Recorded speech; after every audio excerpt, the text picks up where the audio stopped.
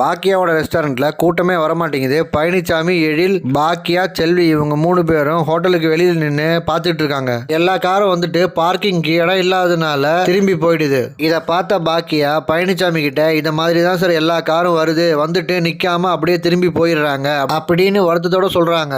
இதை கேட்ட பழனிசாமி, பாக்கியா மேடம், நான் அன்னைக்கு ஹோட்டல் திறப்பு விழாவுக்கு வந்தால அப்பவே நினைச்சேன் பார்க்கிங் இல்லாததுனால கண்டிப்பா உங்களுக்கு பிரச்சனை வரும்னு சொல்லிட்டு. ஆனா நான் அன்னைக்கு சொல்லல, ஏன்னா ஹோட்டல் நல்லா புதுசா ஆரம்பிக்கக்குள்ள நெகட்டிவா சொல்ல வேணாம் அப்படின்னு சொல்லிட்டு சொல்லல. இருந்தாலும் பரவாயில்ல, நீங்க எதுக்கும் கவலைப்படாதீங்க, நம்ம இதுக்கு ஒரு வழி கண்டுபிடிச்சிடலாம் அப்படின்னு சொல்லிட்டு கிளம்புறாரு. பழனிசாமி கடையில இருந்து கிளம்புறாரு. கிளம்பி போயிட்டு இருக்கக்குள்ள 4 கடை தள்ளி ஒரு பெரிய காலி இடத்த பாக்குறாரு. அந்த காலி இடத்துக்கு போய் நின்றுட்டு இங்க பார்க் பண்ணா நல்லா இருக்கும்ல அப்படின்னு சொல்லிட்டு யோசிக்கிறாரு. கண்டிப்பா இங்க பார்க் பண்ணா பாக்கியாவுக்கு நல்லா இருக்கும் அப்படின்னு முடிவுக்கு வந்துடுறாரு. பக்கத்துல இருந்தவங்கள்ட்ட விசாரிச்சு அந்த காலி மனையோட பிளாட் ஓனர் கிட்ட பேசிடுறாரு. பேசின கையோட திரும்பியும் நேரா ஹோட்டலுக்கே வந்துடுறாரு. ஹோட்டலுக்கு வந்து பாக்கியா கிட்ட இந்த விஷயத்த சொல்றாரு. நீங்க பார்க்கிங் தனியா வச்சுக்கீங்க, ஹோட்டல் தனியா வச்சுக்கீங்க அப்படின்னு சொன்ன உடனே பாக்கியா கன்ஃபியூஸ் ஆயிடுறாங்க. எழில் பாக்கியா கிட்ட பெரிய பெரிய ஹோட்டல்லாம் இப்படிதான் இருக்கும், பார்க்கிங் தனியா இருக்கும், ஹோட்டல் தனியா இருக்கும் அப்படின்னு சொல்லி புரிய வைக்கிறாரு. அப்புறம் பாக்கியா பழனிசாமி கிட்ட அந்த இடத்தோட ஓனர் கிட்ட பேசிட்டீங்களா, எவ்வளவு வாடகை கேட்பாரு, என்னால இவ்வளவு வாடகைலாம் கொடுக்க முடியாது அப்படின்னு சொல்றாங்க.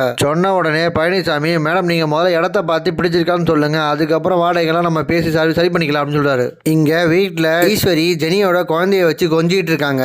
அப்போ நிலா பாப்பா வந்து குழந்தைய சீண்டிக்கிட்டே இருக்கா. இதை பார்த்த ஈஸ்வரி நிலா பாப்பாவை லைட்டா தள்ளி விட்டுறாங்க.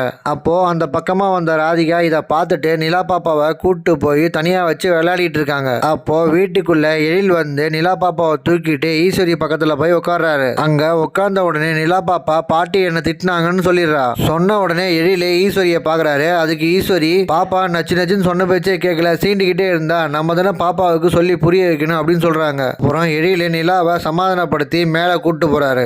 கோபியோட ஹோட்டல்ல பிசினஸ் பிச்சுக்கிட்டு போகுது. கோபியும் ராதிகாவும் ஹோட்டல் நின்று பேசிட்டு இருக்காங்க. ஹோட்டல்ல ஒர்க் பண்ற செஃப், சார் நான் புதுசா ஒரு டிஷ் பண்ணிருக்கேன், நீங்க 2 பேரும் டேஸ்ட் பண்ணிட்டு எனக்கு ரிசல்ட் சொல்லுங்க அப்படின்னு சொல்றாரு. கோபி அந்த டிஷ்ஷை சாப்பிட்டுட்டு ராதிகாவை வச்சுக்கிட்டு அந்த செஃப்பை பத்தி ரொம்ப புகழ்றாரு. அவரு புகழ்ந்துட்டு இருக்கக்குள்ள ராதிகா கோபிக்கு கண்ணு காட்டுறாங்க. அதை அவரு கவனிக்கல. அந்த செஃப் உள்ள போனதுக்கு அப்புறம் ராதிகா கோபியை பார்த்து, டிஷ் நல்லா தான் இருந்துச்சு, அதுக்காக ரொம்ப பாராட்டாதீங்க, நீங்க ரொம்ப பாராட்டினீங்கன்னா அவங்க எல்லாமே நம்ம தான் நினைச்சுக்குவாங்க, அப்புறம் லீவ் எல்லாம் போடுவாங்க, ஒழுங்கா வேலைக்கு வர மாட்டாங்க, எதையும் ஒரு அளவோட பாராட்ட கத்துக்குங்க, அளவுக்கு மீறி பாராட்டாதீங்க, அப்பதான் நம்ம பிசினஸ்ல மேல போக முடியும் அப்படின்னு சொல்லிட்டு ராதிகா அங்க இருந்து போயிடுறாங்க. கோபி என்ன பண்றதுன்னே தெரியாம திரு முடிச்சுட்டு நிற்கிறாரு.